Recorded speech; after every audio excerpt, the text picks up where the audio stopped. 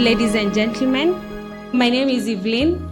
Today we come together to celebrate something truly fundamental, and that is the book of Back to the Motherland. At Dr. Spice, we believe wellness is not just a lifestyle, it is a journey back to nature, back to balance, and back to ourselves.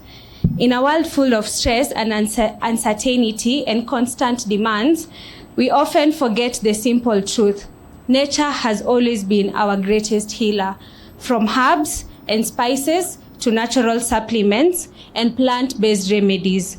The earth provides everything we need to nurture our bodies and calm our minds and elevate our overall well-being. As Dr. Spice, our values are nature first, in that we rely on natural ingredients and sustainable sourcing, quality and safety.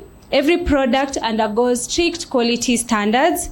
Inclusivity. We serve both men, women, young, old, and people seeking natural health solutions.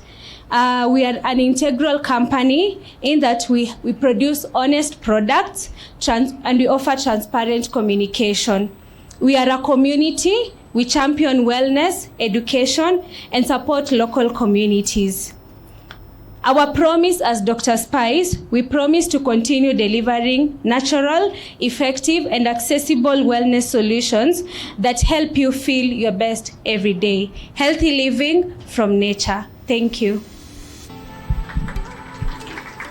Okay, thank you so much, Evelyn.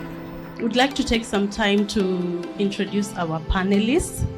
So be ready with your questions. They'll be here to answer any questions that you have. They have a lot of wisdom to share with us, and I'm also looking forward to the sessions as well. So first we have Mary Kathomi. Good afternoon. Good afternoon. My name is Mary Kathomi Ryongo. I come from Meru, born and raised from Meru. Mudhambi Ward, a village called Rwanderi. I'm a researcher, I'm a Pan-Africanist, I'm a politician, but it's not politics that make me come here today. I lead a group of farmers and enthusiasts of organic food. We call ourselves Kilimo cha Haki. Kilimo cha haki, we push for good policies in agriculture. And I think that's the reason I'm here, because if we fix on the food, we will fix on the health. And Dr. Spice, God has anointed you, God has blessed you to change a lot in this country. So today we are going to have a great day together. We're going to fix our health. We're going to fix, and the biggest place to fix is the what? Is the what? Is the what? The mind. Let's call it the brain. Once you fix the brain, the body is going to come forth. I'm looking forward to a very interactive section, and we are going to all learn. Thank you so much to the Dr. Spice and family. All right, thank you so much, Mary. We have Nola, the herbalist. Wow, she looks amazing, right? All right, thank you. Good afternoon to you all. My name is Nola, the herbalist, the controversial one. Excuse my nerves. I'm not used to talking to so many people. I'm used to the camera, so tripod, Nola, and the controversy. So I'm a public health professional. I'm also an epidemiologist, and I'm also an herbalist. I'm still learning. I work with my mom, my grandparents, so it's like a spiritual community. So feel free to engage with me. As we go along, you learn, and I also learn. Thank you for having me, Dr. Spice. Yeah, it's a good opportunity to be in. Thank you so much. We also have another panelist with us, Wairimo Mukuru. Thank you so much. Give her a clap as she comes. Thank you. Hi, everyone. Hi again. Say hi to me. This is so beautiful. I'm so excited to be talking to you today and we can interact. I am a digital creator. I love my culture and I love African culture because I believe that Nisisi, you know, like how people think that, oh, maybe we are behind it. No, our ancestors knew a lot. And I think we can learn a lot from our culture and our history by reviving it, taking what worked for us and what can work for us today. Okay, so that's my passion, and I hope we can interact and enjoy ourselves and learn a lot. Thank you so much, Dr. Spice, for inviting me. I really appreciate it. Na nidhayo. All right. Thank you. Thank you so much, Wairimo. I am also excited that we are going back to our roots. Indio. All right. We also have Anne Koi, a herbal revivalist. Please join us, Anne, and introduce yourself. Asante. Thank you. Hi, beautiful people. It's just a wonderful day to be here. I'm Koyan. I'm the herbal revivalist. It's a name I gave myself because I love sharing about herbs, what they've done for me, what they've done for my family, because I started healing through my mom and through myself. So whatever I share is an extension of what I've learned. Work for me, work for my family, and work for the people now I work with.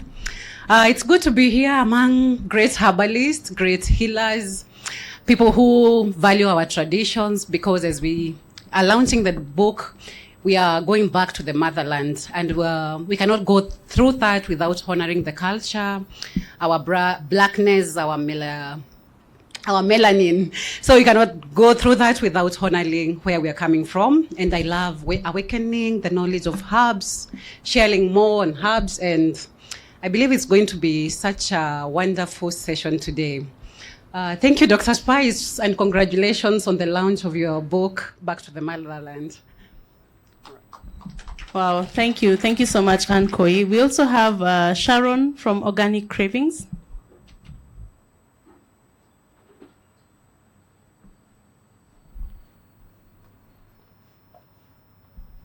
Good afternoon. Good afternoon. Backbenchers, good afternoon. My name is Sharon Maina, the castor oil ambassador. I run a brand called Organic Cravings. I'm so passionate about women health and children, and I'm honored to be here. Congratulations, Dr. Spice, on your book launch. We will interact more. Thank you. All right, thank you so much, Sharon. We also have Sam, the agronomist. Sam, thank you. Karibu sana. Let's give a clap for Sam as he comes to join us. Good afternoon, everyone. Good afternoon. Do you have farmers in the house? You have, we have, eh? So my name is Samuel Mwangi. I'm a professional agronomist, and I run a company called Samtech Agribusiness Solutions. We deal with farmers. That's why I asked if we have farmers. And I'm also a champion for food. I love food. Okay, I'm not big, but I love food, and I champion for safe food production. And I'll be taking you through organic farming. I'm sure everyone has a small space, backyard. There's something I call vertical gardening or kitchen garden. See, we all know it.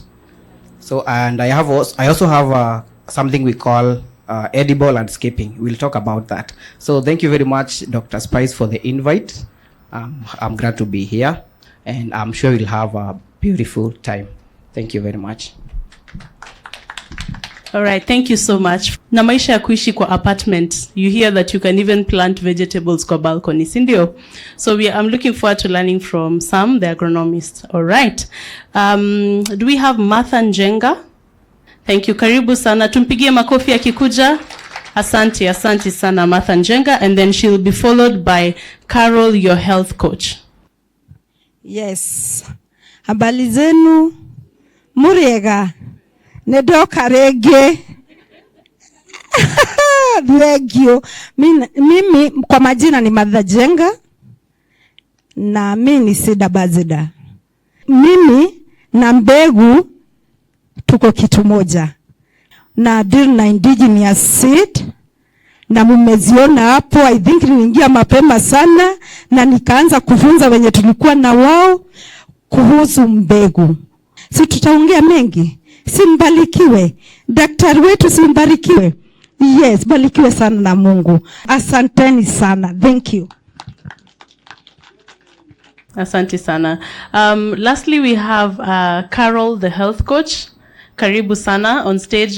Tumpatie makofi akikuja. And even as Carol speaks, she will just proceed to just share with us what you do and how it connects to the theme for today, for Back to the Motherland, even as we prepare to launch the book. Sawa sawa. Asante. You'll be our first panelist to present. Thank you so much. You all look beautiful. Hi, how are you? How are you feeling? Good afternoon. My name is Carol, your health coach, and some of you call me Tata wa Mulio. I am so passionate about life. I love living, and so I have, by chance, I found myself in illness. 12 years ago, I was diagnosed with cervical cancer. And then I knew, not because I had a specific reason, but I knew I didn't want to do chemotherapy and radiotherapy. So after discussing with my doctors, I did total hysterectomy. So I lost my reproductive system at 27 years. But then I went back home, and there is a special doctor who lives in my home, who I had ignored all my life. And that special doctor is called my mother. So my mother used to cook for me a tea that she could come and place on the table every morning and tell me, you have to drink this tea. And in 3 months, my body had shocked even my doctors because the body had healed itself. That was the genesis. And that is how I turned from being a socio-economist, because by profession, I am a socio-economist, and I started seeing life differently. At that time, I was working in an institution as a social developer, civic education, and gender empowerment. 1 month later, I quit that job, and I said, I desire that no other woman will ever go through the kind of loneliness I went through. I had all the money to pay for the hospital. I had the good food, as you'd think, but I was sad that there was no one to talk this journey with. So I left that life, and I started a non-profit called Held Sister Foundation. Held is hold every lady or man in distress. One of my signature, for anyone we have ever interacted with, my signature is I love hugs. I heal through hugs. I give hugs generously. So I wanted to hold someone. On that journey, 2014, 2015, I had noticed that whenever the patients are going through chemotherapy, radiotherapy, whatever therapy they are going through, it is healing them, yes, but it also deteriorating them in one way or the other. And that is when I launched a research that in 2016, I sat down with as many nutritionists, professionals in the conventional treatment to ask them what can we do for these patients so that they can get better. I started that program called Afya Harvest, and we were looking for solutions because, again, I thought only those people who have gone to school would give me solutions. I forgot what my mother had given me. We researched and researched the whole of 2016, and we couldn't find viable solutions. That is when I remembered. Every time I could go and seek a patient at Kenyatta National Hospital through my foundation, and in the evening I would call my mother and tell her, imagine I saw so-and-so, she was feeling like this. Then my mother would make some boga from kienyeji and she would tell me, go and feed that woman this and this and this and this. And guess what? The patient started turning into health. And some of them are actually living years later from 2013, 2014. So I went back and I realized that which I have been looking for could actually be right beneath me. That is my mother's wisdom on indigenous foods. So my mother's wisdom in indigenous foods, she's gifted not in terms of trees. My gifting, we are all gifted differently. My gifting is different. It is African weeds, the ones that you uproot when you are farming and throw away. And so that tea that I had been fed with was made from weeds that my mother used to tell me, if I had told you that back then, you would not have taken. Because I grew up knowing Mexican marigold will make you go crazy. I grew up knowing dandelion is for rabbits. I grew up knowing all those things that my mother was feeding me are for the poor. So I launched a research because I love research. I'm a researcher. And I started learning what are these African, locally available foods that you don't need to buy. They only grow when it rains, and they are very, very specific. They only grow in lands that do not have chemicals. These are the foods that we find in the forest and all these things. And so after a lot of research and after years of working, those teas, I have finally opened them up and I'm able to teach people how to use them to even improve their fertility, to heal and manage prostate gland enlargement, to manage erectile dysfunction and so many other things through those weeds. And so I started a company called Rejuvenating Nature's Beam. It is a consultancy company because my desire was to inform people. I started educating people, but the more I educated them, the more they asked me, but where do we get, do you know oxalis? Dafifi, do you know oxalis? Sometimes you would think it is very available, but if today you wanted a kg of dafifi, you would not get. And so they started telling me, Caro, okay, fine then, can you get those Mexican marigolds for us? And that is how my company ended up having its own products. But the first agenda of my desire is to educate. That is how most of you we have met online as I teach, because I am an educator. I love teaching human anatomy in layman's language.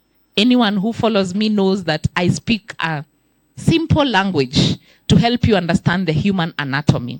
Now, the journey was also very tough because my father was going through diabetes and he had suffered diabetes for 35 years. So he was in the last stages. And I saw the menace that diabetes can be. And so I needed solutions for him. So that is how I started learning how to use what I have. And I also learned that you cannot heal through diet only. So I went into preventive medicine holistically. Holistically means that we assess your psychological, emotional, spiritual, financial, relationships, home environment, work environment, and all aspects of healing that come together so that we can prevent and manage diseases. I run a school called Institute of Functional and Naturopathic Health Practice. And the reason why I chose to do that school is my desire. was to document African wealth.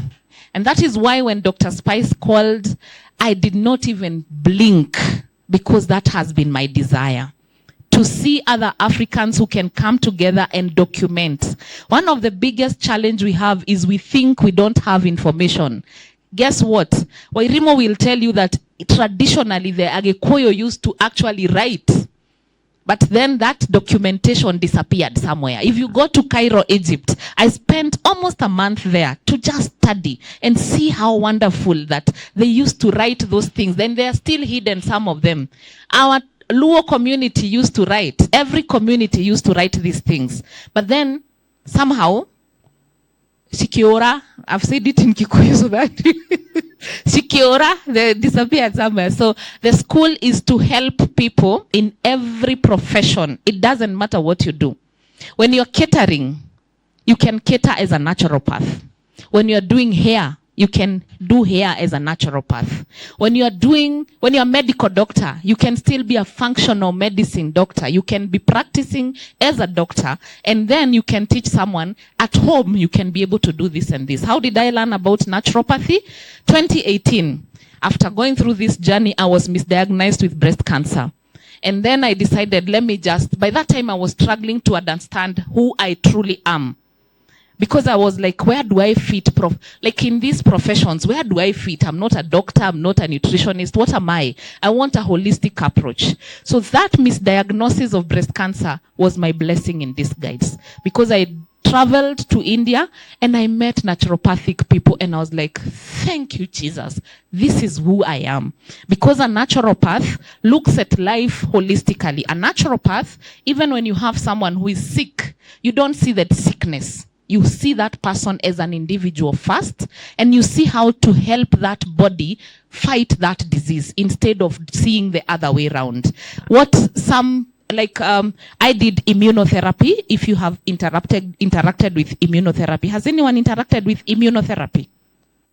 I did immunotherapy to manage cancer, where they focus on boosting your immunity so that it can fight the disease. So you focus on boosting that immunity. And so in our school, the 12 weeks program, which is a virtual school, you learn then how can I get my immune system to be able to heal itself, to fight diseases by itself, and to survive on its own. So that is also something that I am very passionate about. And I've been told to link this with what we are doing here today, back to the motherland. So I started a story with, where do you find my healing came from? Where did my healing come from? From my mother. But my mother got it from her motherland. That is why I came here, to connect, so that to show you and to remind you that that which you could be looking for could actually be beneath your, hapa tu kwa mapua yako. Maybe kile ambacho unatafuta, ile uponyaji unatafuta, maybe whatever you desire is actually, because someone joked with me and said, Caro, ulienda ukasoma, umezunguka hii dunia, umetravel, na kumbe ulikuwa ukuje usaidie watu na lugha ya Kikuyu. Because when people got to know me, I started by teaching in Kikuyu. So I'm very good in Kikuyu. And someone joked and said, yani ulienda ukasoma na kumbe usaidizi yako yote ilikuwa tu Kikuyu. Sasa sometimes that which you could be looking for. And that is what our book today by Dr. Spice does. Actually, if you check the first chapter, it is actually reminding you that we are the cradle. East Africa is the cradle of human diet. Na sisi tuko hapa tunakimbia. And I make this joke. It's a joke, so someone please don't take it so seriously. We are the best farmers of avocado. The best. And then, I'm getting goosebumps, my friends. Then these avocados, we put them and package them in cartons and we fly them, you know where. And then, the next flight that will be coming itakuwa inatuleteanga nini? Mimi sio mimi nimesema. Inakujanga na nini? Tukituma avocado, inakujanga sana sana na nini? Tell your neighbor, because if I say this and I'm live, I know someone will kill me. Tell your neighbor what you think they bring. See, the neighbor has said. So for you who is watching live, I'm sorry you are not here, so you are missing out on what they just said. That which they said, avocado The leaves of avocado, every time my mother used to make them for us, we used to think she was either crazy or we are poor. My mother makes vegetables from the leaves of avocado. Every soup she makes, she uses the leaves of avocado. The best remedy to fight high bad cholesterol is the leaves of avocado. 1. 2, the content. We have just been taught by Dr. Kuria when we were seated there that you need to know the compounds of every plant that you are working with. Avocado is the richest fruit, the second richest fruit in magnesium. I've studied cocoa for 2 years, 2 clean years, cocoa plant. And the second richest plant with magnesium is avocado, the flesh part that we eat. The fruit that has the best oils, healthy for your consumption, you can apply, is avocado. Then the seed of avocado, I've used it to help people, even children who cannot walk very well. It is rich in high potassium. It helps you in managing blood pressure. Lakini ile ndege inarudi kutoka huko inakujanga na nini? Inakujanga imebeba nini? Iyo yenye wanasema. Na mmepeleka kila kitu. My mother uses even the barks of the plant of avocado and the roots. That is one plant we have just mentioned. Guess what? We have many. I watch Koi and I'm like, Guy, Koi, where do you even get this information from? I watch people, like online has really come and now we can finally connect as Africa. Africa is seated here. Africa is here. The first 2013, I was awarded by EcoBank as an African woman inspiring change. 2013, I had not left my village. They called me an African woman. I saw. I told them, I have now traveled to 37 African countries and I'm going to finish Africa. I'm going to read this Africa because we think Africa is Uko. Africa is here, here. Ebu, look at yourself and know you are Africa. And so back to the motherland, it is not just a book. It is also a phrase to call us back. It's calling us back to our motherland. I am one of those people who are walking, living, breathing because of our motherland. Our motherland is so rich. What you find wherever you go, it is all over Africa. So please, can we wake up? Thank you so much for taking us back to the motherland. I am accepting the call to go back to the motherland. I am asking, are you willing to go back to the motherland? Are you willing to go back to the motherland? Can we say we want to go back to the motherland? God bless you. Oh, wow, thank you. Thank you so much, Carol. That was a presentation and a half. I will invite our next speaker, who will introduce himself and he will share the role of herbs in modern medicine and also how it still connects to going back to the motherland. Let's give it up for Dr. Kuria. Tumpigie makofi. Karibu, karibu sana. Hamjambo. Hamjambo tena. I'm Stephen Kuria Mwangi from Murang'a. Murang'a area called Makuyu. Hapa karibu na Murang'a Teachers College. I'm a herbalist for a long time. And I know how the plants you see growing wild, how they can help us live well. We have so many plants given to us by the God.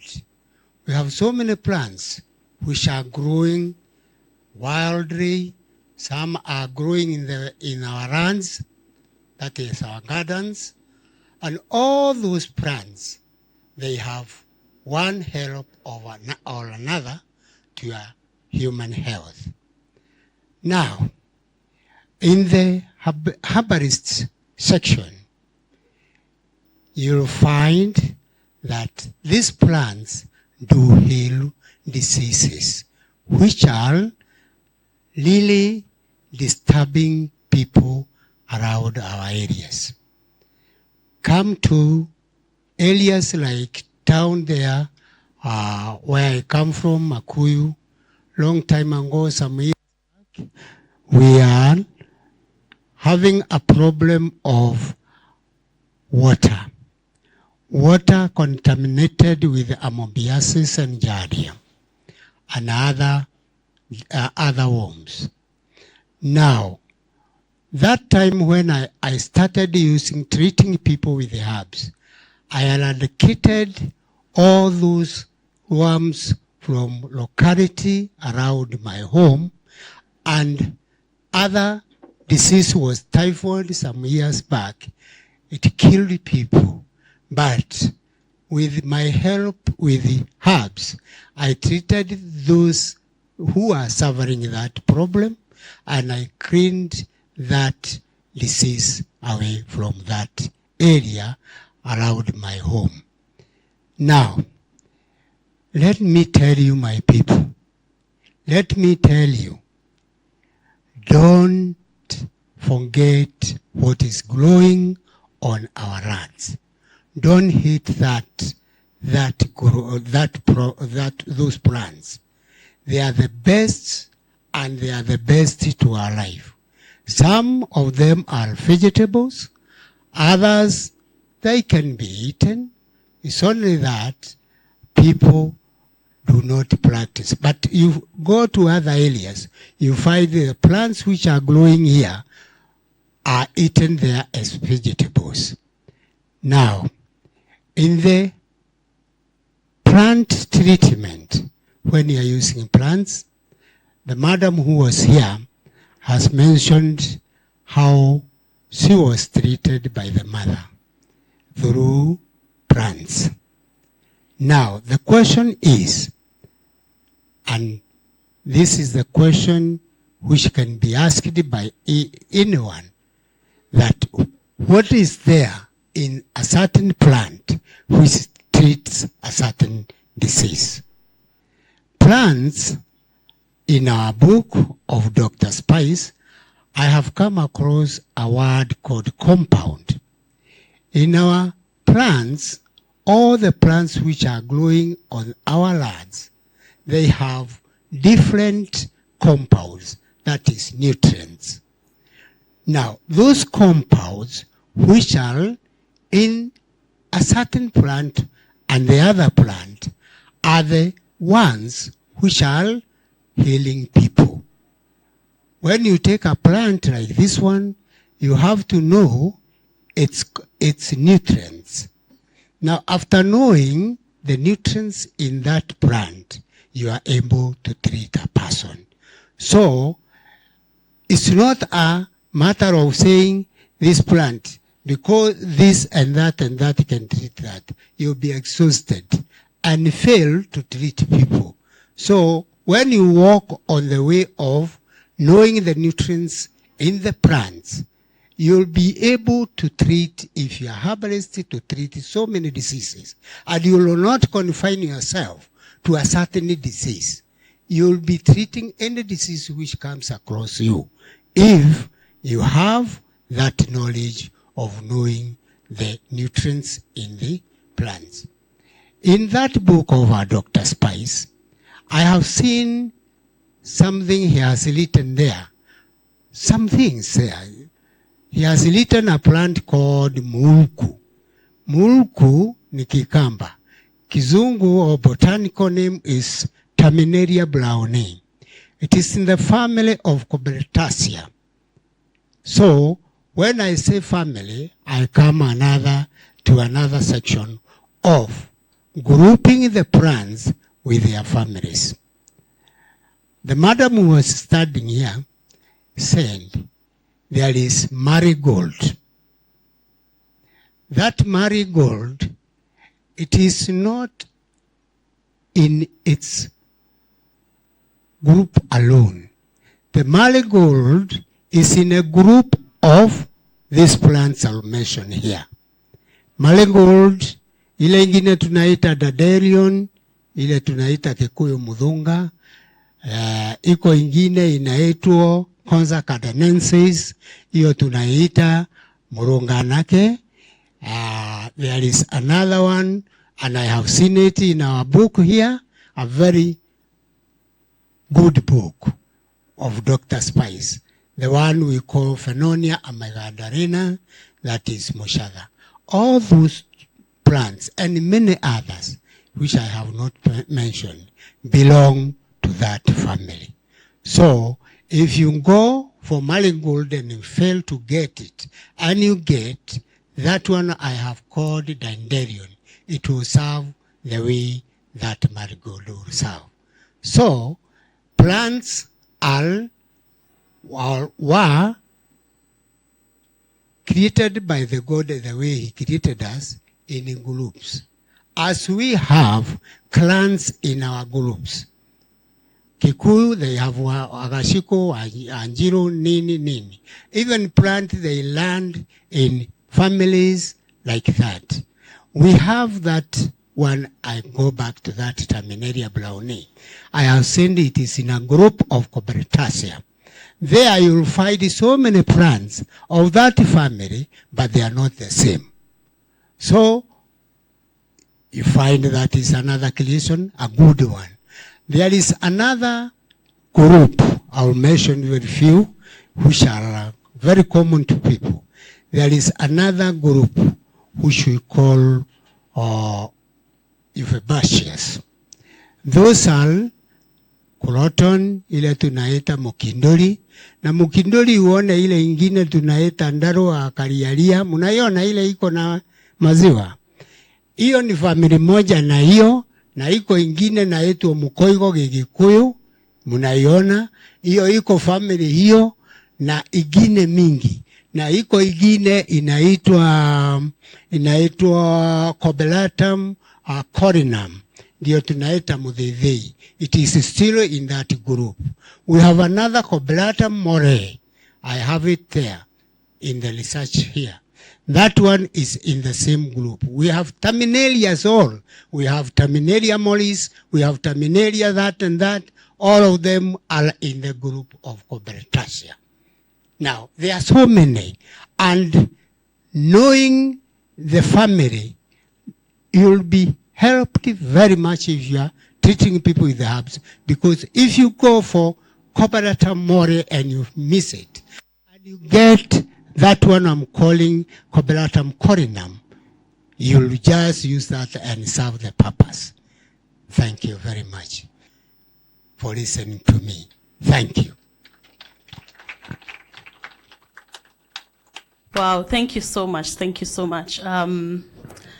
Even for our panelists who are up here and we got to know about them earlier, I will just invite you to share more about what you do and how it connects to the theme that we have today and the book that we are launching. And so I will begin by calling upon Sharon and Nola. Nola? Yeah, so you'll just be speaking to us about fertility, family planning, and other reproductive infections and how it connects to going back to the motherland. Thank you. Karibu sana. Makofi kwake. Kwa Nola, asante.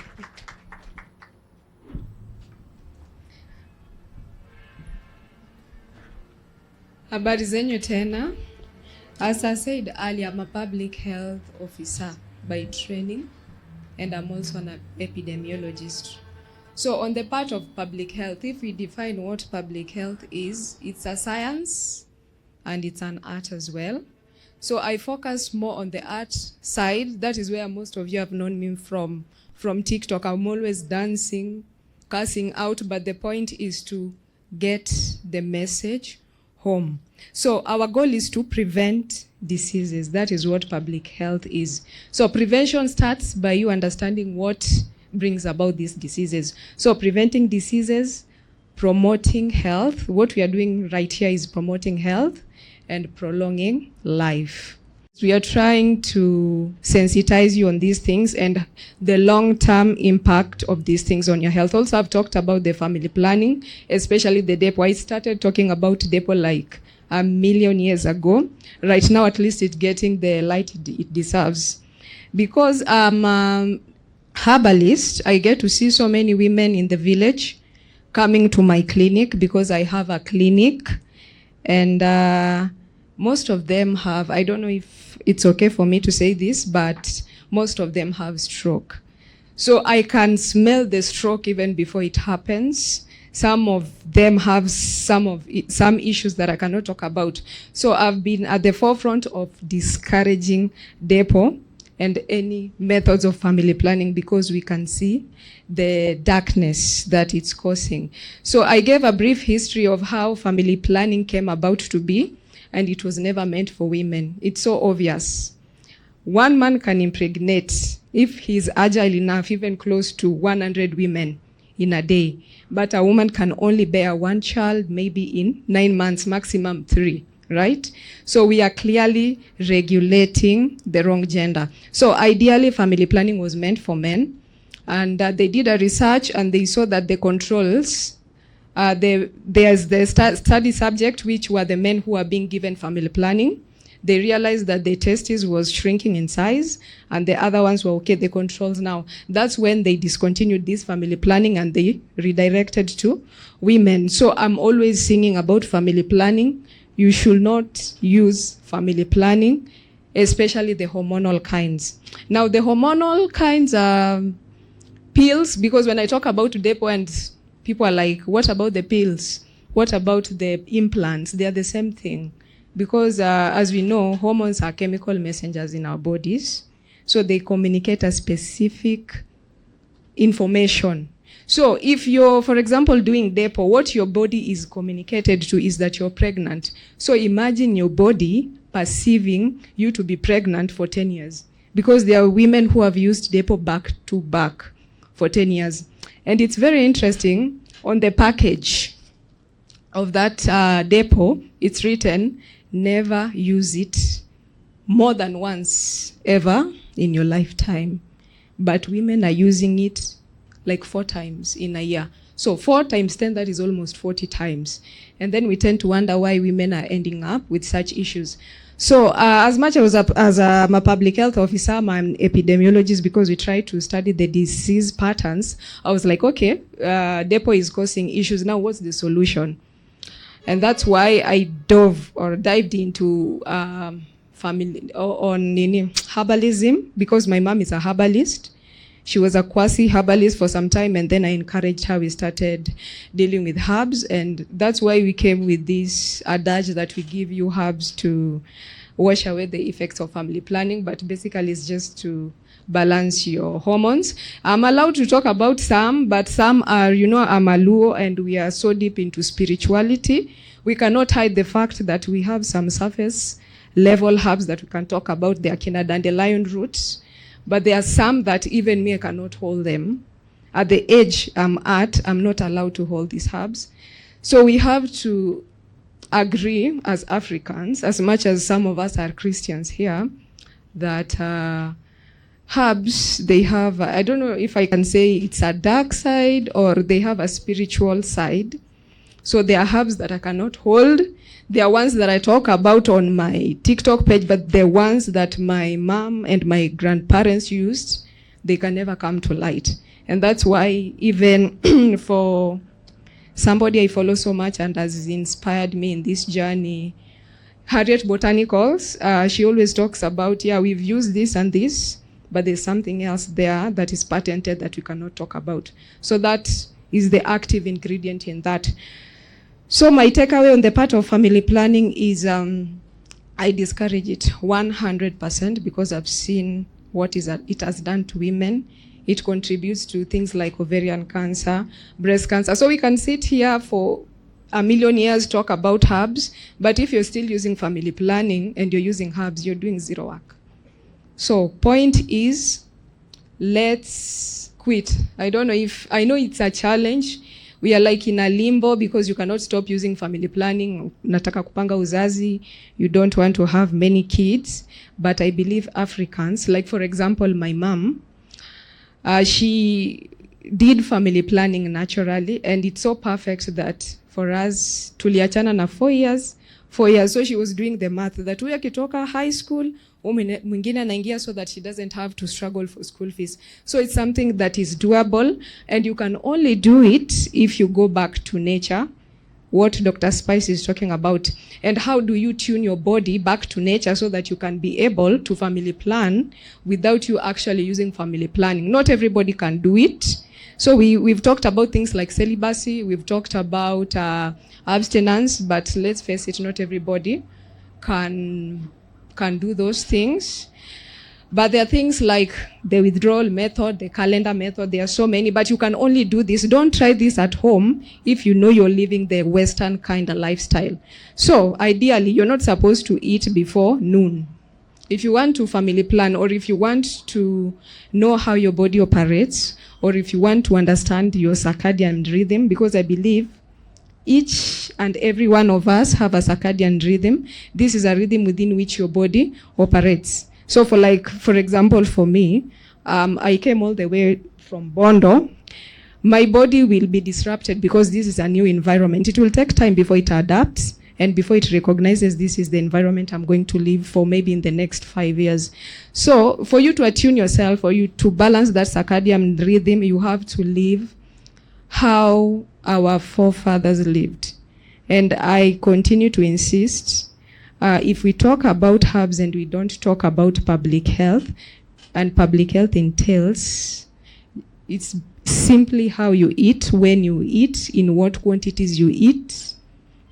So first of all, if you want to family plan, I'll give you a very simple method is you don't eat, and this cuts across for people who are trying to lose weight. I'm not trying to break down the coaches who try to teach people how to lose weight. For me, I think losing weight is the simplest thing you can do. I used to weigh about 90. I've gone to 96.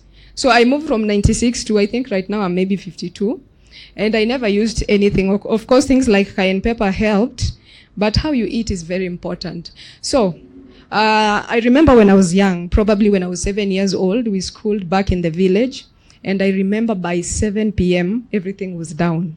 And that's how it's supposed to be. So by 7 p.m., we had eaten. Everybody was sitting under some mango tree, making stories. So you're giving your body a chance to digest that food.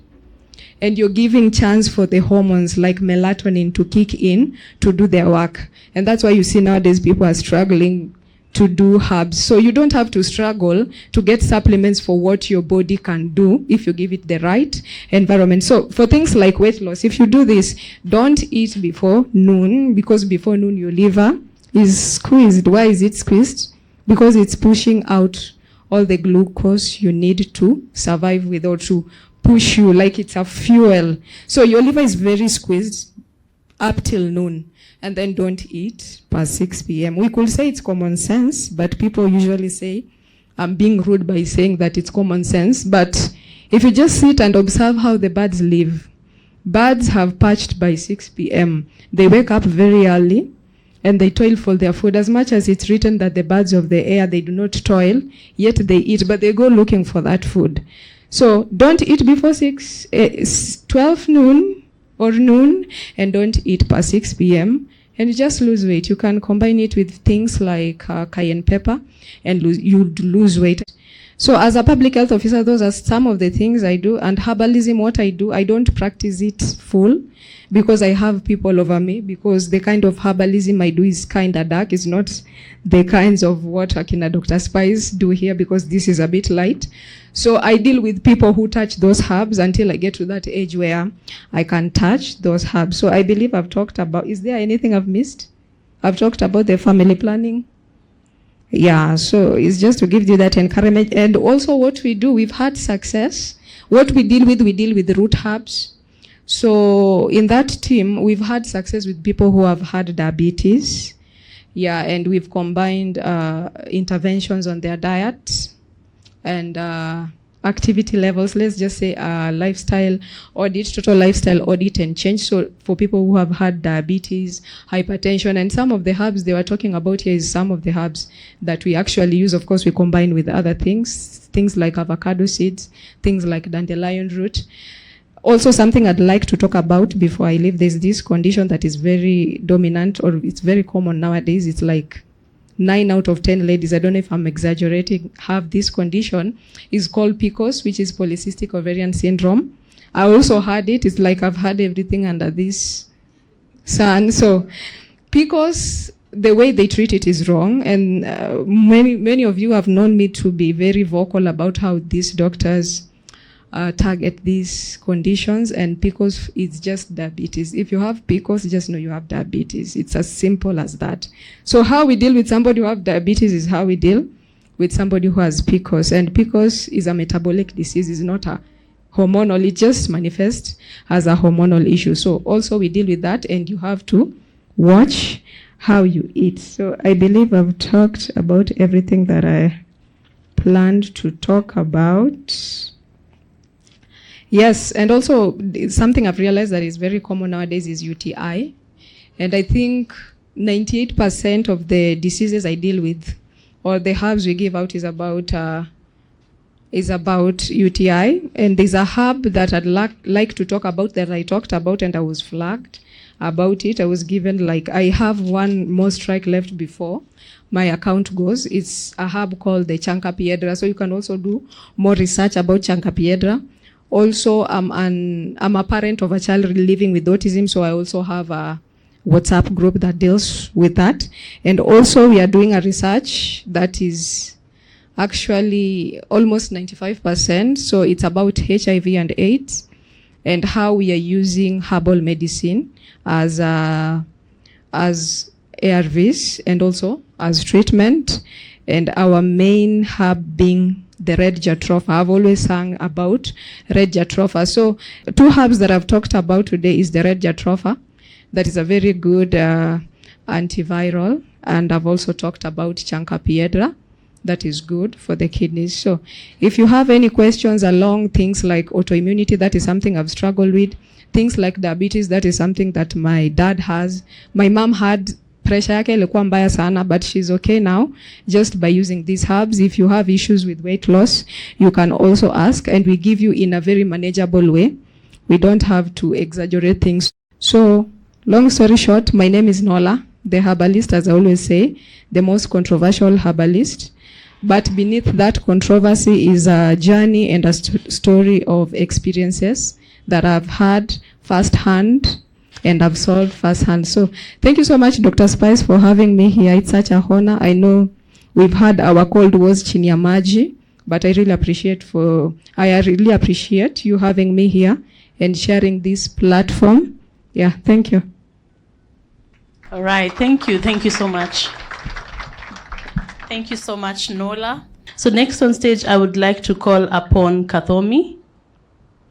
Kathomi, who will take us through vaccination and kids' health. How timely. Asante. Tumpigie makofi. Hello again. So I want to connect you. I want to be able to teach you. Please, I want you to be so alert. You have to be so alert to what I'm saying. Sawa? Pale nyuma tuko pamoja? Tuko pamoja? So instead of saying the word vaccine, I'll use the word dosage. What's the originality of medicine? Where did medicine come from? So when you check where medicine came from, it came from hypocrites who they say came to Egypt to study medicine. It's a lie. Egypt was habited by black people. The current habitats of Egypt are actually, they pushed away Africans, tukashuka huku chini. So when I say Egypt, do not think about the current habitats of Egypt. So then we are in agreement that medicine started from the African community. Medicine was entirely 100% from earth. 100%. Herbs, shrubs, food. We were healed 100% from herbs. And medicine was taught holistically. Even, of course, a lot of our history is tampered. So I'm talking about this, I'm talking about the American education system in the 1900s. There came a man who influences the world until today. He was the biggest producer, not just a man, the entire family, the Rockefeller family. He was the owner of the oil production in the US, not just the US, anywhere there is an oil production, they would take control. So they produce all the oil, crude oil. Even after Agaria, standard oil. It's called the standard oil production. And he looked and realized there's a lot of money in health. What am I going to do? I am going to take over the health industry. What do you do when you want to take over? You don't hit here. You hit where? When you want to take over anything, you don't touch down, you touch up. He funded all the universities in America, all the research centers. Until today, they fund them. He funds the Harvard, the Stanfords. When they funded, they controlled the syllabus. So, hiyo health ya Karo tunaitaje? Neuropathic. Naturopath. Naturopath is what was taught in schools. Like nona hii sasa herbs tunaongea, hiyo ndio ilikuwa syllabus ya shule. They realize we can never make money when humanity is getting its healing from that kind of healing. So from the level of university, research centers, they were all funded to kill natural way of healing. Totally killed it. So even the doctors in the US, the syllabus changed. The way of healing changed. And they did what? They copied every healing formula to be able to use oil-based medicine. And this is the medicine we use today. It is conventional medicine. That's one of the names. Hizi madawa zote za hospitali tunaziita conventional. And another name we call allopathic. It's allopathic medication. All the medicine you buy in a chemist, it is like it's copied from nature. So they know for a painkiller, this is the natural painkiller, we copy it, and all the medicine we consume in hospitals has a petroleum element of it. Are you getting it? So that crude oil that fuels cars, you know, crude oil is am I going to call it a mineral? It's mined from the ground. Wakishatoa mafuta ya ndege, wakishatoa mafuta ya gari, wakishatoa hizo vitu zote, nothing is thrown away from the crude oil. They take that oil and it is used to make synthetic medications, which mimic nature. So, but now you have to note, hii kitu imeguzwa huko juu. So masomo yote iko hivyo. Hakuna mtu atakwambia enda kwa herbs because everything has changed. When they did that, they did not do that to heal humanity. They did that to control. So they are controlling medication. Chunguza ukienda, uone madawa zinatokanga country gani. A country that it has a muscle that wants to do its own production and wanazitanga generic is India. But who owns GlaxoSmithKline? You know, when you talk about America, Britain, it's the same thing. Angalia madawa zote nani ana manufacture madawa. Zote. That's something to note. So already, health has been hijacked. See, it's been hijacked. So it's been hijacked from production. It's been hijacked from the syllabus. So are you expecting a medically trained doctor to teach herbs? They will have to branch out on their own to be able to teach something different. Now, we already know health has been overtaken. And years back, it was not very obvious. Now it is very obvious. They've come up with this thing they call the dosage, these things that they give people. And I find people asking me a lot, Mary, should I do this to my children? Mary, should I do this to my children? And sometimes I'm wondering, can you handle my answer? Can you handle my answer if I give it to you? But I feel we are in a time, unajua ile masaa ya lala salama. Sasa tudanganyani. Tuko ile masaa ya lala salama. Wewe ni kuambia ukweli utajipanga na? Me, Mary, I'm born in a family of 12 children. My mother is very illiterate. Mamangu hakusoma ni kama mama ya Karo. Lakini ile akili hiyo mama ako nayo. Mbaka najiuliza, masomo ilikuwa inatusaidia ama ilikuwa inatusaidia? On her 12 children, none of us were vaccinated. Mamangu alikuwa anachapa health workers kwa gate. Anakuja na kiboko, sitaki mnisumbulie watoto. She used to give birth nyuma ya nyumba pale na midwife ananyonyesha watoto. She never used to know family planning. That's why we are 12 of us. Of the 12 children of my mother, I'm the 9th born. So you can imagine my sister is 60 something, 70, our firstborn sister. So we are tumezeka. Mamangu ni mzee. She's 89, strong and goes to the farm until today. And we think we are more learned, we don't listen to our parents. She treated us with the back of the mango tree. Kumia magoti anakuja na ile ngozi ya muembe anaweka wapi? Anachukua maganda ya mandizi anaweka kwa moto kidogo inashika, anaekelea mahali. She healed us.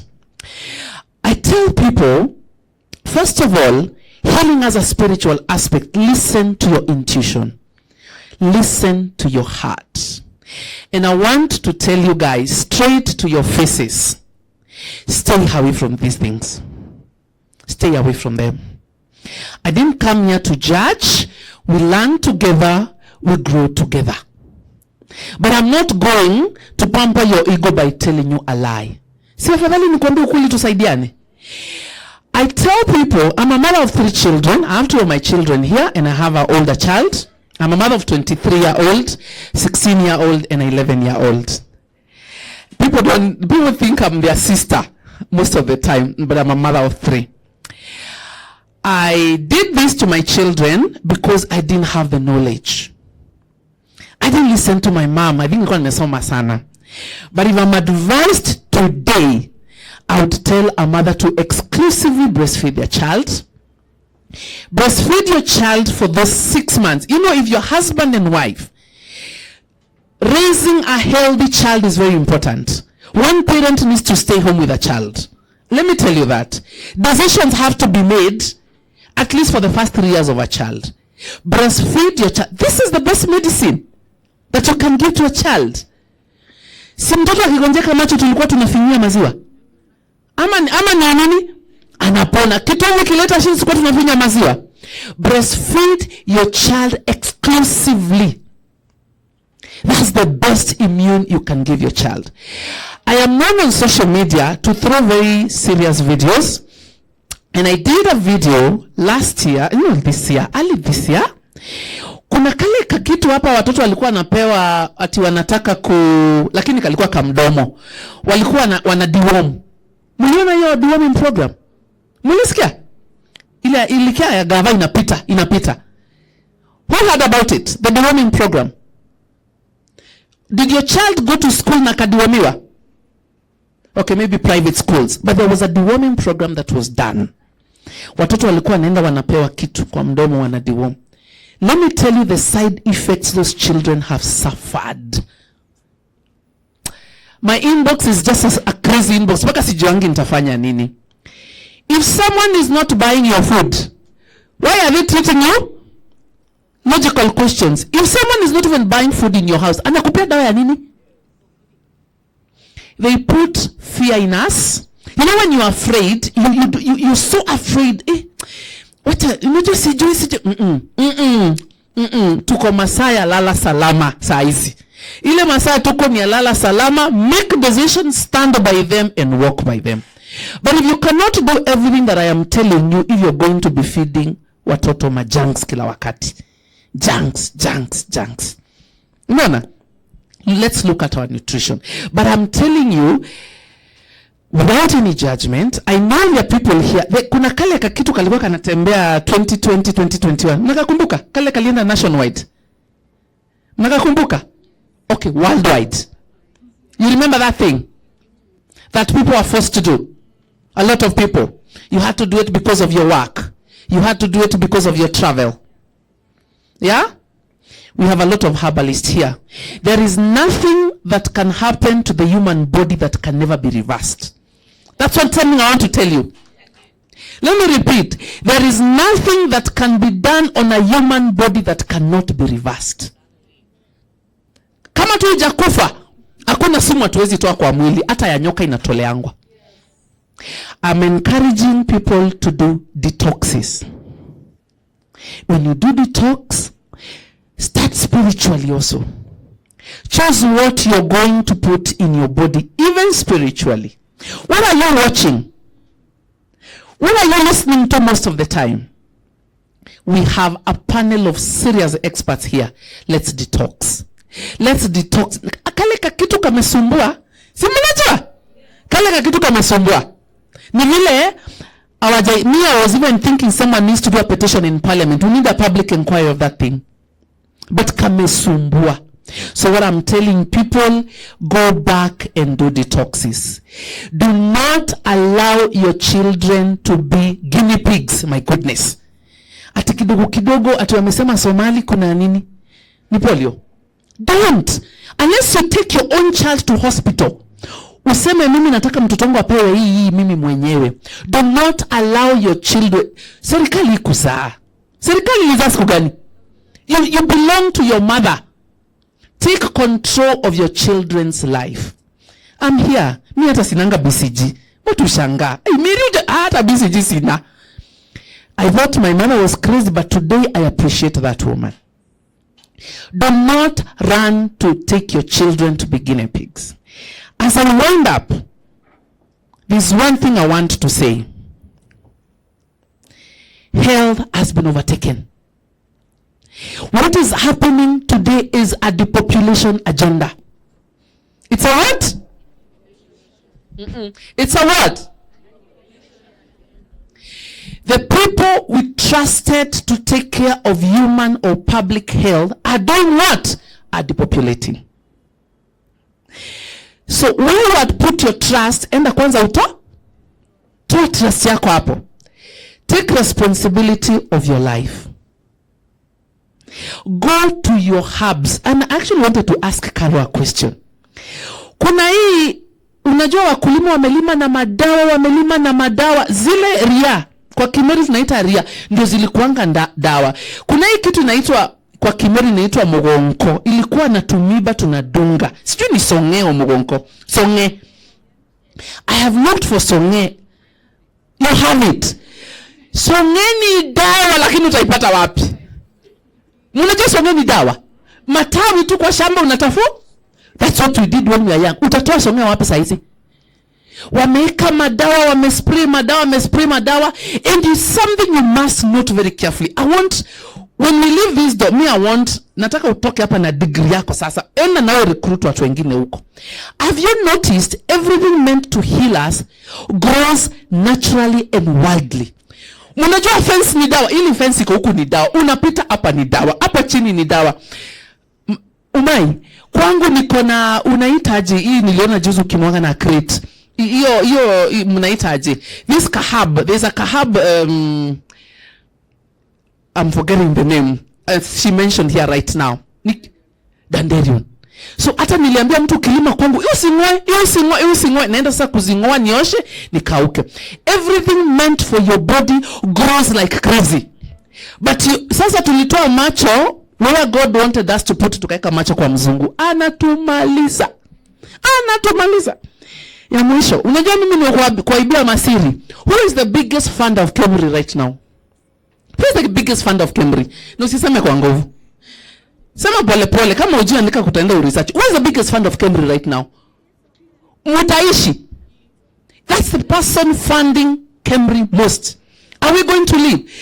Let's pull ourselves from the system. Let's go to hubs. Let's go to hubs 100%. And because I might not get an opportunity to say this, Dr. Spice, you're called for such a time. What you're doing is so special. It is so spiritual, what you're doing right now.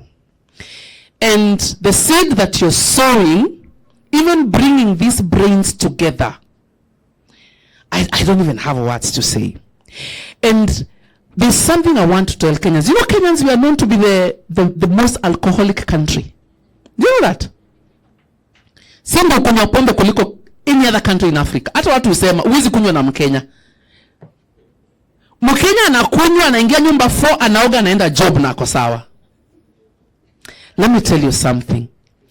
Research the effect of alcohol, not for your body, in your spiritual way. Uone. Punguzeni pombe kidogo. Nile masaa pombe. Punguza pombe kidogo, soma. There is messages that God wants to imprint in your brain, but bia Mungu atakujia wapi hapo. And when I talk about God, guys, I'm not talking about church. I'm just talking about God. There is knowledge God wants to impact in you. But sasa umejaza takataka, punguza ile takataka. Takataka ingine utapunguza ni TV. Ufanye nini? Zimeni TV. The knowledge you're going to be able to accumulate in 1 month. The knowledge you'll accumulate when you switch off the TV. Sometimes take a book. Sometimes sit down alone. It's a lot of knowledge. So me, I've told you, I know I've used a lot of coded languages here and there, but I'm hoping you've understood. But the final 3, can I tell them? The final 3. When is the last time ulitembea miguu tupu hivi? When is the last time ulitembea hivi? Nani? Leo asubuhi. Nani ametembea mguu? When is the last time ulitembea? When did you walk without shoes? See? Na ulitembea wapi? Hii ni dawa. Lakini si kwa concrete. Toa viatu, tembea kwa nyasi, kwa mchanga bila viatu. Ni dawa. There's something you're doing to your body. When is the last time uligongwa na jua vizuri? Nyumba, ofisi, gari, club, church. When is the last time ulikaa kwa jua na kakitu ukaota kajua tu ukaota tu kajua? When is the last time? Hiyo ni dawa. Amjui? Atimpake sunscreen. Oh, Jesus Christ. Jesus Christ. Nilikuwa nawapea 3. Ilikuwa moja kutembea bila viatu. Ilikuwa ingine ya kukaa kwa jua. Why is this the third one? There are 3 natural ways of healing. Itakuja. Unaona kukaa kwa jua? My mom when I was young, I used to think this woman was crazy. Walikuwa dangojenga anasema, "Munengereka kunio terioa." Kai. I'm like, she wants me to die. Go te kajua. Kumbe this woman know there's something the sun does to your body. Kuna wale watu walidungwa kaka kitu hata uwezi shika lock ya mlango wako. There's something you did. Uwezi shika hata kitu ya chuma. There's a current that is going through your body. The way you can deal with that is walking barefoot. Because they put an mRNA in your system. Your body is like a current. Inapitisha stima. Okay? Our healing is nature. Let's go back to nature. When we talk about going back to... By the way, this book. Give me this book. This book, oh my goodness. I felt like I'm the one who has written this book. When I saw this book, I was like, kwani ni mimi nimeandika hii kitabu. Going back to, and I'm sure each one of us has this copy of this book.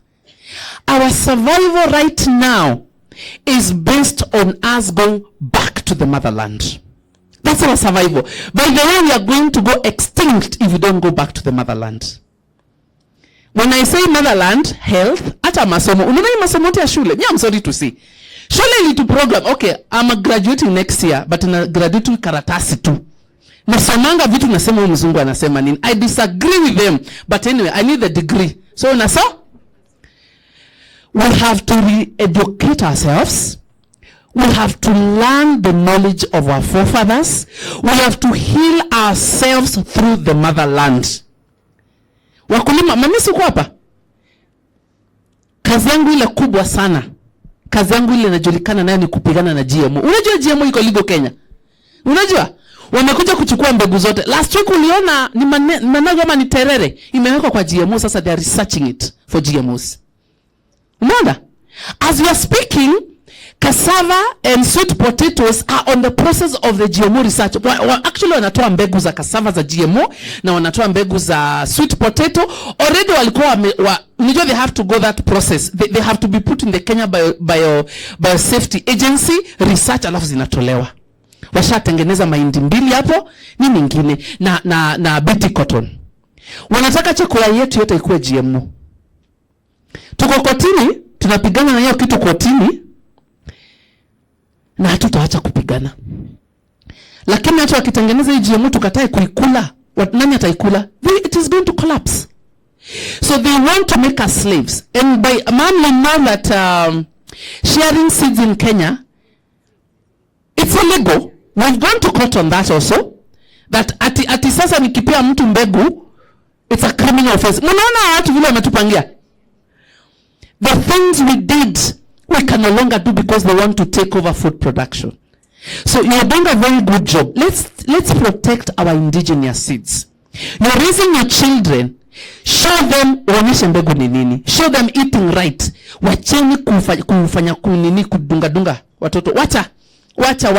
Wewe umeamua kuzaa, kaa kwa nyumba, nyonyesha mtoto. Kale katoto ukiangusha kwa matope pale, kale kamenyonya kagonjekangi. Utaijua? Immune iko sawa, unaletanga mtoto kwa nyumba, unaosha homa leo, kesho umekauka. Because the best immune is the immune of your body. I can talk here until tomorrow, trust me. Thank you so much. I have sent you a lot of information. You go on and research to the rest. Thank you. All right. Thank you so much. Makofi kwake. Nasikia kutoa viatu. I've actually asked myself, when was the last time I was barefoot? Then I remembered hata kwa nyumba navaa socks. Sitaki kusikia flow, but we've been challenged. Sindio? Dr. Spice, allow me to say this. We need a conference. Half a day, one day is not enough. Mnakubali?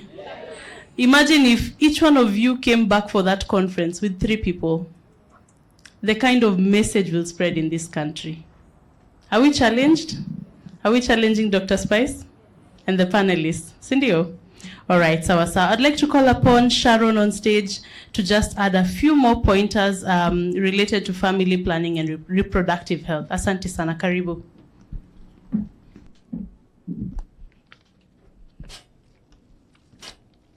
So, good afternoon once more. In case umesahau, my name is Sharon Maina, founder Organic Cravings, and I like to call myself the castor oil ambassador. And one thing as Organic Cravings, we believe that healing doesn't have to be out of reach. Healing is in your kitchen, healing is outside, healing is iko hapo. So I've been told to talk about fertility, family planning. I think Nola talked about it, kabisa. So Dr. Spice asked me to share my personal story. It started with feeling pain, abdominal cramping, and I believe 90% of the ladies here experience cramps, and I want to tell you that is not normal. The cramping is not normal. It is not. You need to get checked. You need to do something about it. And the cramping ikakuwa mbaya sana. I had to go to hospital, and that's when they did an ultrasound and they found out I had ovarian cysts. So I had ovarian cysts, and on top of that, I had free fluid in my uterus, and they call it pelvic inflammatory disease. So I asked the doctor, what's the solution? Na hakunipea jibu. Went to another, so what's the solution? Hakunipea jibu. So tukaendelea hivo. At some point I got pregnant. My first pregnancy, I miscarried. So what's the solution? Hakuna. So what is the cause? Hakuna mtu ananipea jibu. So by the grace of God, I conceived again.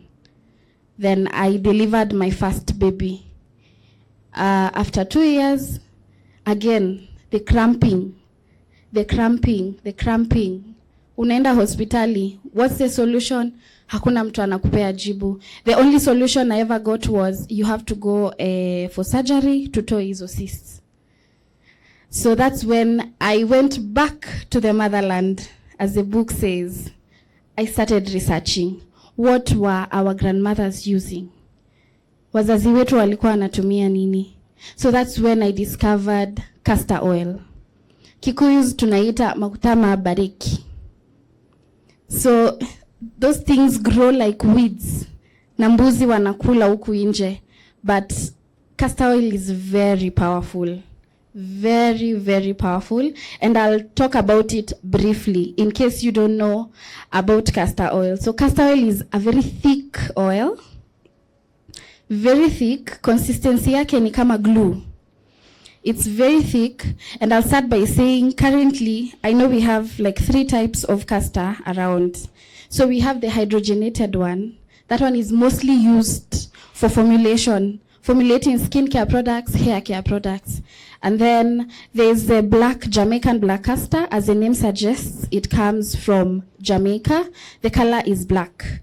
And then now we have the yellow castor, the virgin grade. That one is edible, and that one is the best for health purposes. So Dr. Kuria talked about compounds, and castor oil has one particular compound, and eco 85 to 90%. It's called the ricinoleic acid. That is the major compound in castor oil. And that compound has very small molecules. So, sorry, I forgot to mention that castor oil is one of the oils that penetrates deep into your skin, very deep. And you wonder, how comes it's thick? Na unatuambia ina penetrate more than any other oil in the world. So the ricinoleic acid, which is inside castor oil, has very small molecules. And those small molecules are able to penetrate deep into your skin. So for a woman, you're struggling with period pains, ama uko na fibroids. When you apply castor oil on your lower abdomen faithfully, the oil will penetrate deep. Itaenda pale, it has a pulling effect, and it breaks down any foreign thing that is in your uterus. So cysts are not normal, so that's a foreign thing. It will be broken down. And many people ask me how itatoka aje during your period. You notice small, tiny clots. That's how it comes out. So the other thing, the other nature ya castor oil, it has a humectant nature, which means it attracts moisture. So that helps with pulling the oil even deeper into your body. And the last one, castor oil is lipophilic. Najua naongea a lot of chemistry, but lipophilic is fat loving. So the skin contains lipids. And castor oil blends so well with those fats. And that makes it easy for the oil to penetrate deep into your body. So castor oil is not only for women. Castor oil is a pain reliever. Castor oil helps with inflammation, uvimbe. Castor oil also helps with hair growth. It's versatile. Haitumiki kwa kitu moja tu. And that's why I urge all of us here, go and get castor oil. Mtoto kama amefungana kifua, congestion, you massage castor oil on their chest. Itasaidia. If you're a lady here na period pains zinakufanya hata usiende kazi, massage castor oil on your lower abdomen, preferably at night, because it has a detoxifying effect. So it tends to make you sleepy and tired. So do it at night and don't wash it off. So that's about castor oil briefly. So I personally used it to get rid of the cysts, to get rid of the PID. And after 2 years, I managed to conceive my second baby after being told my uterus was at jeopardy because of the recurring cysts, the recurring infections. So I'm here to tell you today that healing doesn't have to be out of reach, and you don't have to use 1 million products for that one condition you're dealing with. You can get one product and run with it. For me, it can be castor oil. For Caro, it can be moringa. For Kathomi, it can be cayenne pepper. So healing is not always out of reach. Na tuache kukimbilia madawa. So I think I'll give a few hacks. If you know you deal with period pains, instead of going for painkillers, get raspberry tea. Get some raspberry tea. Itakusaidia na the cramping and all that. If you're having a headache, it's ni jioni umefika nyumbani, massage castor oil on your forehead. Trust me, itasaidia. If you have a problem, I wear glasses. If you have a problem with your eyes, massage a little castor oil on your eyelids or under your eyes, not inside. It will help with the clarity. It will help with your vision. So that's all for today. And thank you so much for inviting me here, Dr. Spice. Wow, thank you so much, Sharon. I would also now like to welcome on stage Martha and Sam to take us through African seeds and indigenous farming. Karibu sana Martha, makofi kwake.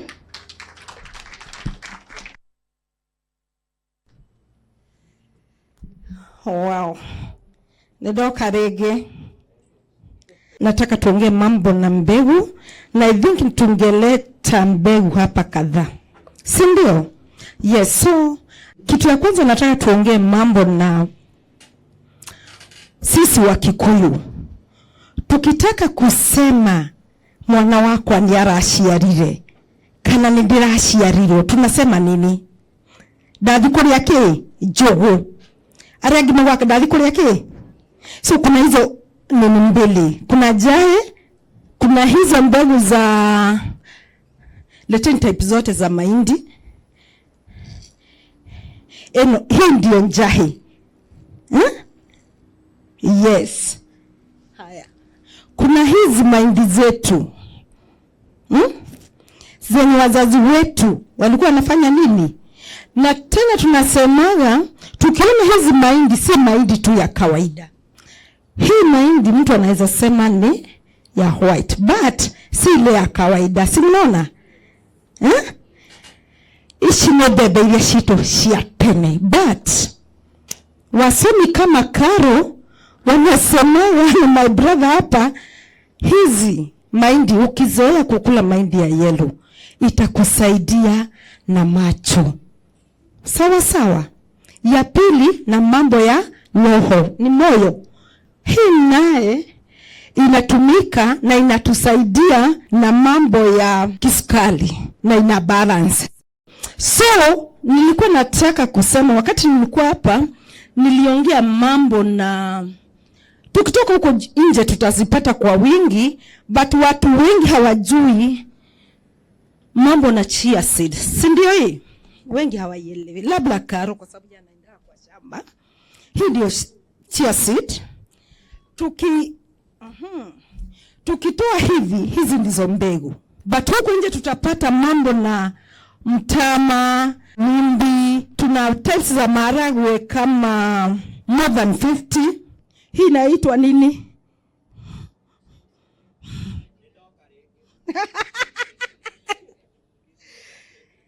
Ne modhoga. Sawa sawa, modhoga. Hii modhoga watu wanasemania, but hii tukienda kwa chakula zetu tuweke. Tuna mshenge iko pale. Mshenge mlisema ni blackjack. Tunaziweka. Mnajua na sweet potato beans hizo iko na calcium mara 10 kuliko maziwa yenye unaweza kunywa. Kwenda muronganake, my brother ni dona uga. Hiyo muronganake. Kisumu mtaambiwa ama Mungu asaidie kujua. Hiyo muronganake kwa Kikuyu ilikuwa inaitwa hivyo kwa sababu inatengeneza doa, si ndio? But kijanako moi mpe. Wewe mama. Kwa sababu tunaanza vijana wetu wakiwa wapi? Chini. Si ndio? But uko tu hapo. Uko hapo. Kuna ingine Lactana Kamar. Si uko tu hapo. Tujue ya kwamba watoto wetu tunataka tuwe na vijana wetu wawe wazima na wazee wetu, si ndio? Kuna umuhimu wa kuwa na mbegu zetu. Wawe na mbegu yako wewe mwenye, na hiyo mbegu ufanyie characterization. Wawe na historia ya hiyo mbegu. Useme nilipanda leo 7 days imefanya nini? Imemea. Wiki 2 imetoa maua.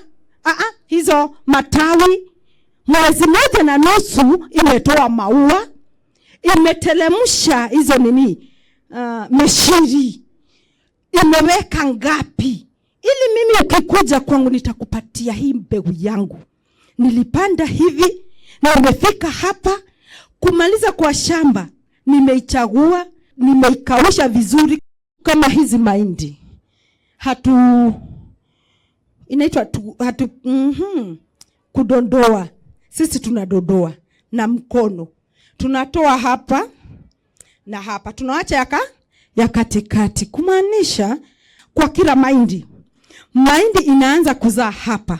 Yani kuweka hapa. Inakuja hapa ndipo pa mwisho. Mahindi ukiweka hii, si mnaona vyenye inakaa? Si mzuri kwa sababu ndio ilikuwa ya kwanza kukomaa. Sawa sawa. Ya mwisho haina hiyo nguvu ya kufanya nini? Ya kuweka mbegu, ilichelewa. But ya muhimu ni hii ya katikati. Sawa sawa. Asante. Asante. Kuna saga, I think ningeletewa saga. Pauline, niletee saga, managu na kunde. Ili tena tuingie hii tena ni mbegu, si ndio?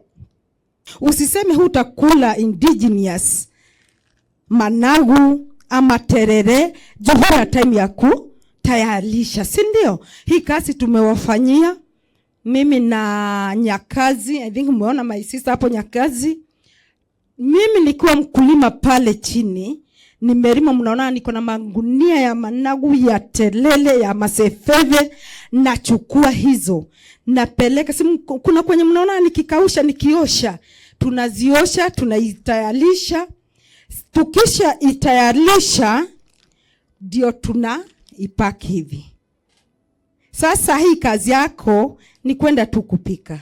Siko sawa na mtazinunua. Hii ingine ni mushrooms. Oyster mushroom tumezipanda. Mnaziona huko nyumbani, nimezipanda mambo na mbegu, tumefika hapo tumetengeneza. Na by the way, kitu ya muhimu kuambia mambo na mushrooms ni kwamba hii hatupandi kwa shamba, si kwa nyumba, but indoors, si ndio? Na ni fungus. Hizi nimewaambia tunatoka ili tupate mbegu. Sana sana mimi huongea mambo na mbegu. I think nikifanya hesabu ya ukulima wa mushrooms na ukulima wa 3 acres ya mahindi, ni heri hii mara hata 100. Hii inakupea pesa na ina stress. Yes. Bora tu tukubali kurudi kwa our motherland, si ndio? Tukikubali maugonjwa tutapata, afya tutakuwa sawa sawa. Mimi nina mengi. I think siku moja hata tuita sisi wote tuna siku 2-3 kuongea mambo ya wa motherlands. Thank you sana. Asante sana. Thank you. Tuonane mimi asiage. Thank you. Asante sana, asante sana. Wangapi learn so many things? Kwa English wanasema black doesn't crack, si ndio? Did you believe she's a grandmother? Yeye ni shosho. Imagine, yeye ni shosho. So we need to definitely continue to go the organic way, okay? Sam the agronomist, karibu sana.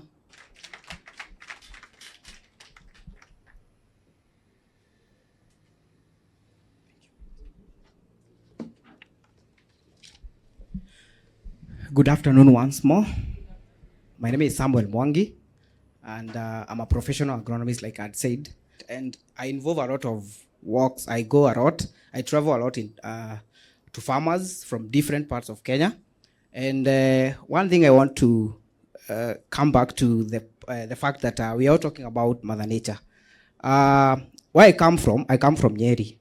And my family, everybody from my family, my grandfather, my dad, my uncles, they used to sell cows. Wanaitanga waje kwa Kikuyu brokers, So I'm a product of brokerage, So my grandfather used to bring a lot of animals in our home by then when we are young, And akileta ng'ombe tulikuwa tunaiosha juu si ni brokerage.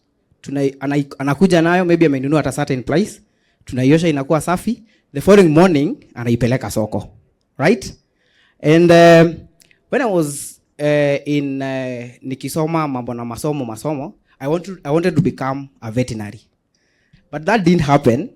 But I got myself into the agronomical professional. I did plant protection. And right now, my company is Samtech Agribusiness Solutions. And like I've said, I'm a freelance. So I feel I'm still a veterinary who used to do what? To walk from one farm to the other, because that is what I do. Like I'd said earlier, I'm a champion for organic farming. And I advocate for safe food. Because safe food is everything. Like Madam Jenga here has said, amesema, ile chakula ambayo tunalima, kama wewe mkulima, I'm also a passionate farmer, ile kitu nimeproduce pale kwa shamba, is it safe for me? That is the first thing. And that is what I usually tell my farmers. What you're producing, is it safe for you? You'll go to farm, like I've said, I'm a freelancer. You go to farm, somebody is farming maybe onion, ama whatever crop. And then a farmer will tell you, you'll see pale kando kidogo, kuna kashamba kidogo, amepanda tu sukuma wiki, to onions. And then there's a certain farmer who told me, hii ni yangu ya kukula. Have you heard that? It is happening, right? There was a time Kenya experienced a very big challenge with having onions. And I think a kilo of onion was going for even 300 kgs. I went to a farm, and by then, the prices of these onions were very high. So everybody was after selling. Everybody want to make sales. You want to sell your onion. And I realized that ile kitungu watu walikula by, I don't know if it's happening right now. And that thing really challenged me. I realized that some farmers could even use herbicide. Right? You know, as a buyer, if you go to a farm, for you to be able to establish ile kitungu imekoma, unaangalia kama matawi zimekoma. That is how onions is usually grown. So because these people want to sell, they could even spray what? Herbicide.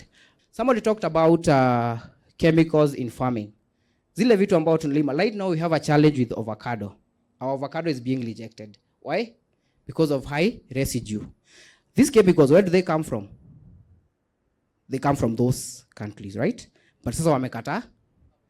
Ama they say, if there are specific chemicals that you are supposed, but they are the ones that are producing them. Ni wao wanazileta huku, but bado wanasema usitumie, and we are using it. People usually think that you can only farm huko kwa ushago, si ndio? But kitchen gardening is here to solve all that. I usually say this in matters of kitchen gardening. You have your small space, backyard, mitungi zimeisha, nini. Si kuna vitu mingi sana zinakuanga kwa nyumba. Those things you can convert them to growing your own veggies, you grow your own onions, you grow your own everything. Because I usually say this, all of us may not migrate to the organic farming. We still have people who are doing synthetic farming. Now, as a farmer or as an individual, you have your own, like myself, I have one. I have my own kitchen garden at the balcony. And I usually say, even if I may not be very keen that I won't eat everything because it's full of chemical, but now, if in a week, I'm able to eat 3 times, mara 3 in a week, nimekula vitu zangu healthy. So, nikimalizia, I want to congratulate Dr. Spice for this opportunity, and for everybody who is doing farming, please observe regulations. So as farmers, we need to be very keen. Make sure you produce what you can be able to eat. Thank you very much. All right, thank you so much. Makofi kwake tena. I will allow Koi to join us on stage and just share a few pointers. And after that, we will have Dr. Spice speak to us. Sawa, thank you. Karibu. Thank you. I didn't prepare notes. I trust that I can speak freely. My name is Koi. I'm from Umai Naturals. And what I believe in is that food is medicine. Like when you think you are sick, when you think you need care, when you think you need to nourish, you go to food. Most of us think about healing or medicine and you imagine pills and a lot of bottles and a lot of machines. But what you really need to do is look at your plate. What is on your plate? What are you eating? Because This is something that I've come to realize through the detox class. We usually have the total body reset class, where we usually take you through food and through the herbs. For instance, when you say you're feeling constipated, you might go for a hospital laxative, and behind your house you have a senna tree. Behind your house you have a dandelion plant. Why are you going to the hospital for the very thing that is in your backyard? So when you're thinking about healing, when you're thinking about medicine, it's not something strange, it's not something foreign, it's not something that you import. It's something that is just under your soil. It's just, and I actually joke because most people usually pass the medicine they need on their way to the hospital. Like that was the case of my mom. She had a lot of high blood pressure issues for years. She was diabetic. And the very things that we used to heal her were the very things that have been growing in her shamba. Like you spoke about dandelion. That is one plant that reverses diabetes, sugar, and you pass it there. You talk about cancer, skin cancer. We have blackjack, mushege. It heals cancer. So you're using a lot of money and a lot of resources when whatever you're needing right there is there. Like for my case, I had slipped disc, like the L5 and L4 on my back. I injured through lifting something. So I injured my back. And of course, the first thing you do is go to the hospital. So I went to the hospital. The doctor said, Kwanza, hiyo shida yako tunaijua, a lot of women go through this. So they recommended first calcium. I need calcium supplements. And then they recommended some things for the bones, cattle foot. Anyone who has been through arthritis, back pain, knee pain, everything, those are the things that they tell you need. They didn't mention diet.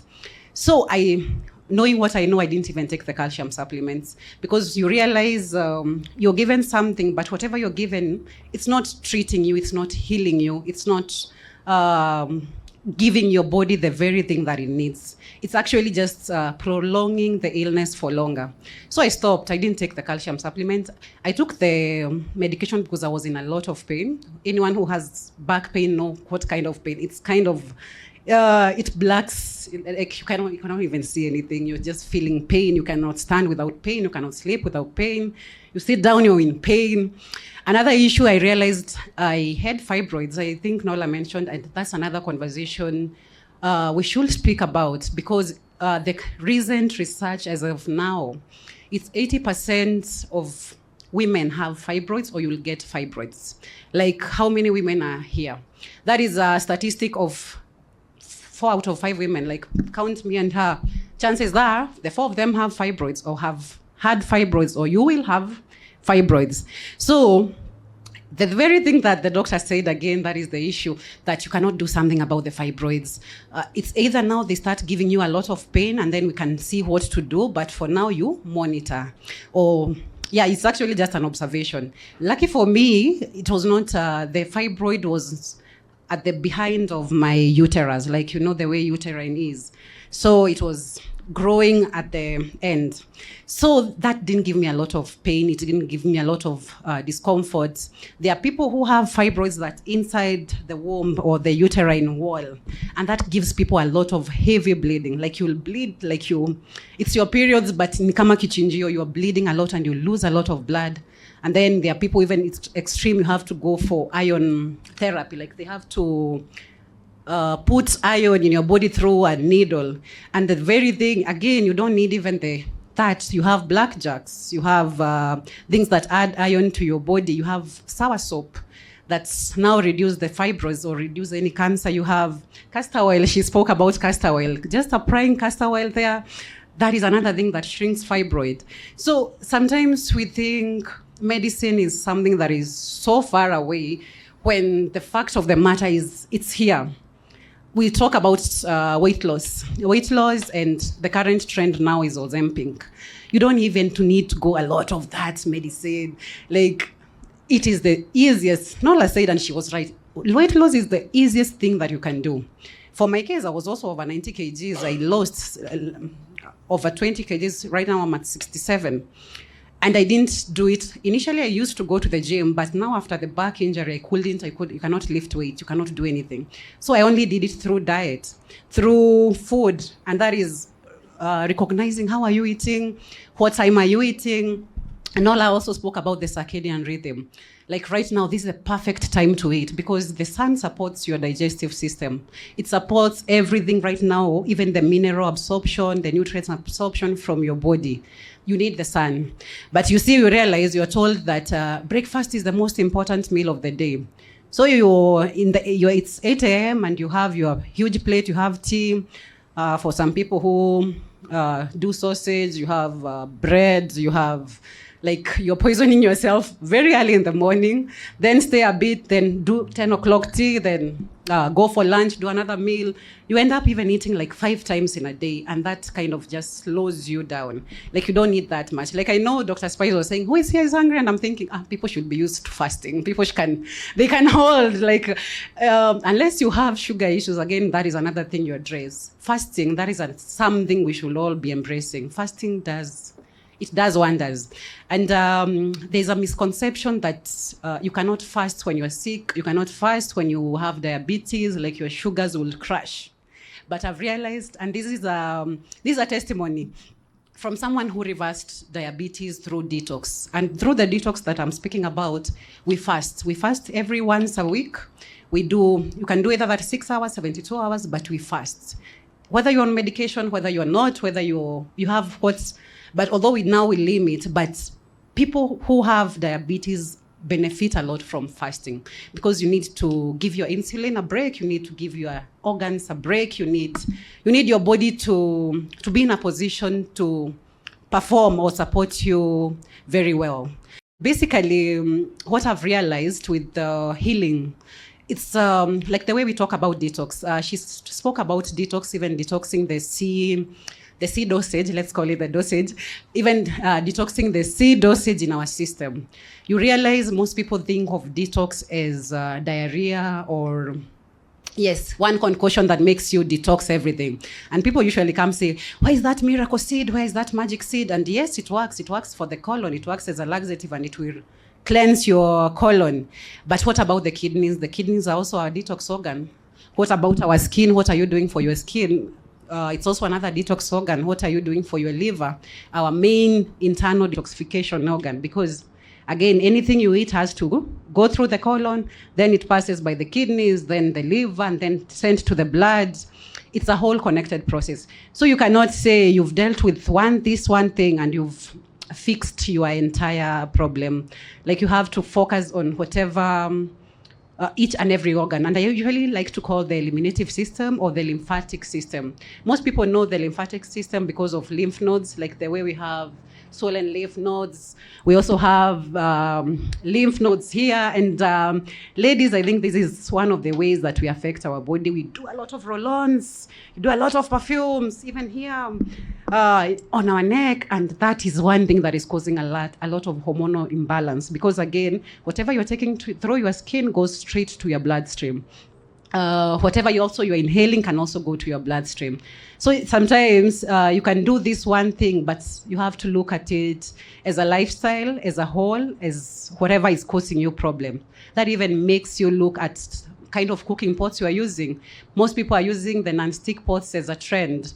Yes, it's very easy to use. Like, I remember back when tulikuwa tunakosana na my mom juu ya kuniambia nioshe sufuria ugari, like ishashikilia. So the idea of cooking in a non-stick pot without the hassle of cleaning, it's good.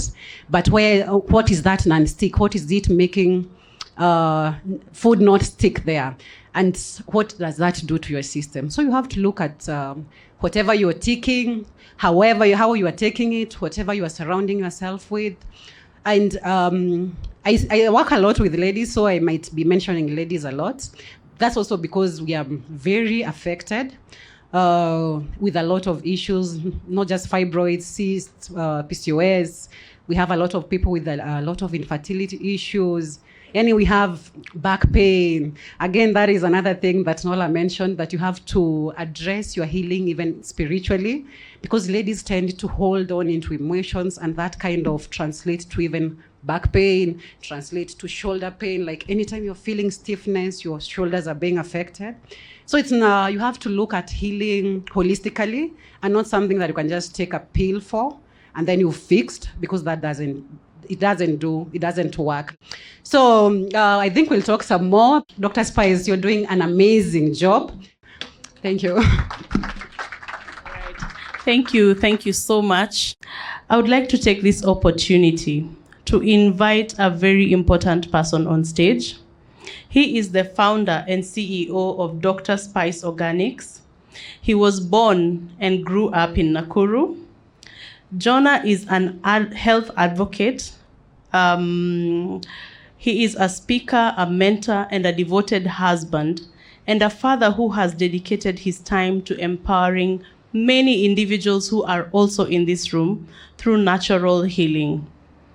It is obvious that we can see he has brought us here together today for natural healing, right? He is an agri-revolutionist who believes in organic agriculture and sustainable living, and he also encourages communities to harness the effectiveness of nature so that we can achieve sustainable health. He is the cayenne pepper connoisseur. I hope I got that right. Hiyo kizungu tumeweza? Ama nisijaribu tena? All right, please, tumeketi chini sana. To honor this important man, let's all stand up and give a hearty clap to Jonah Njoroge. Thank you.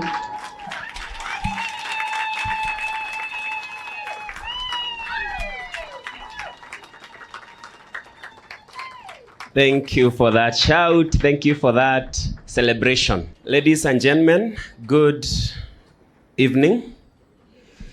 I'm excited to be here, and I'm also excited to hold this event, to host this event rather.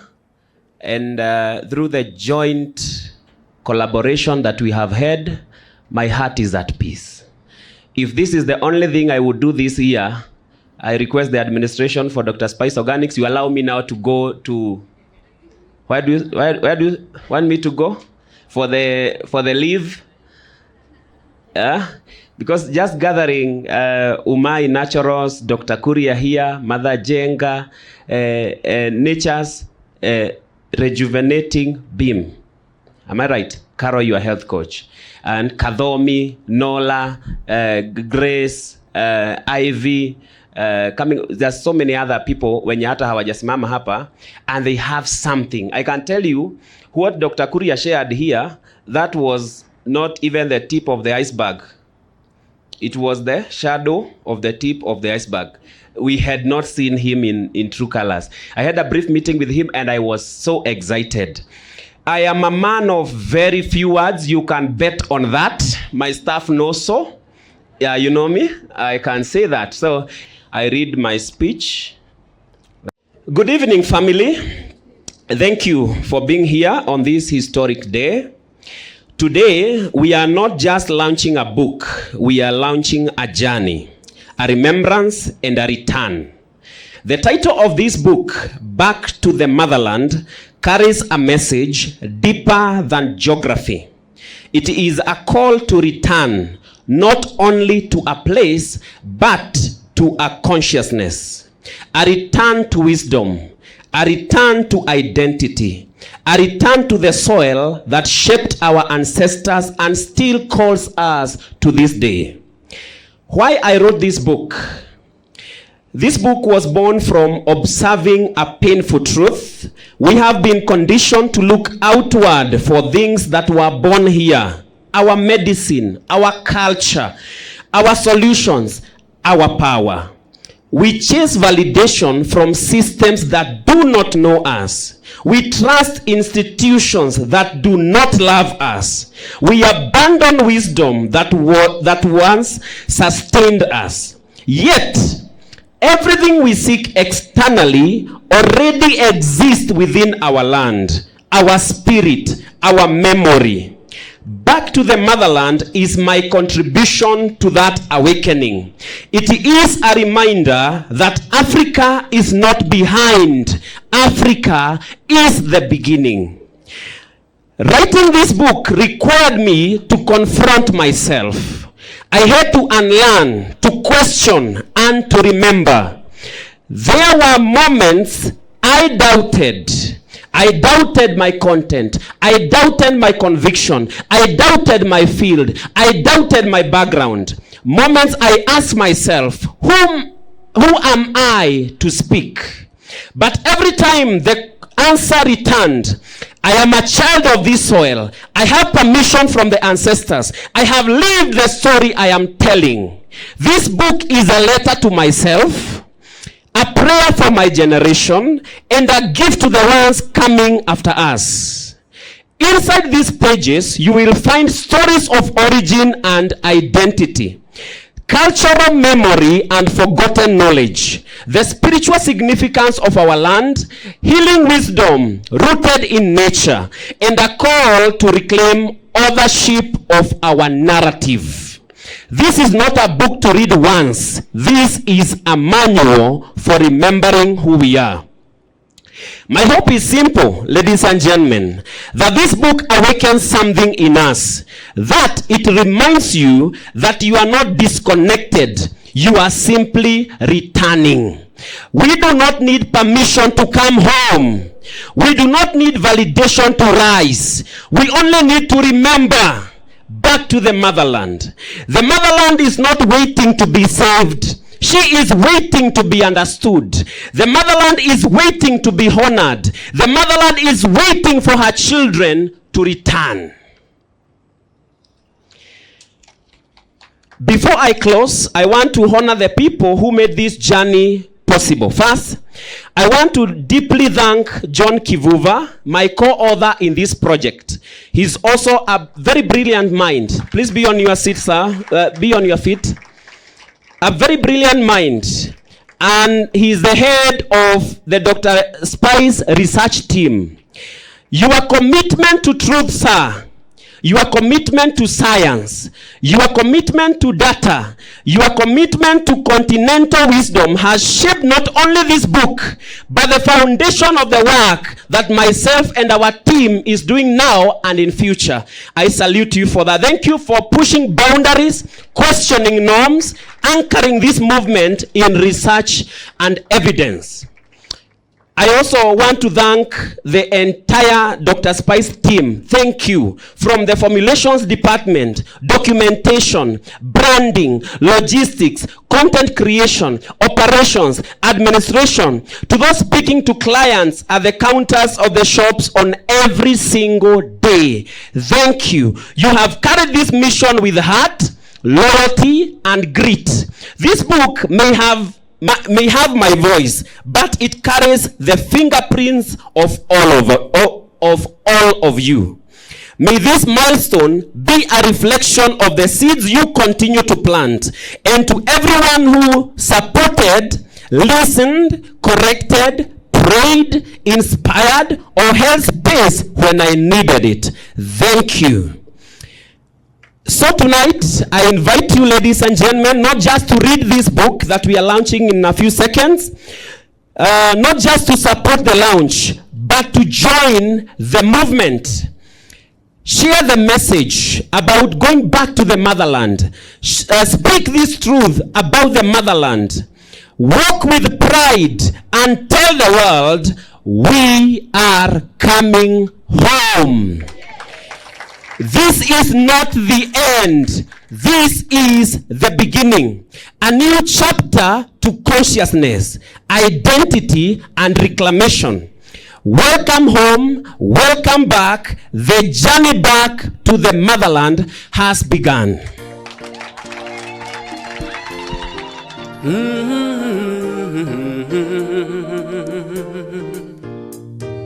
Ha ha ha. Tumeuona mkono wake Bwana.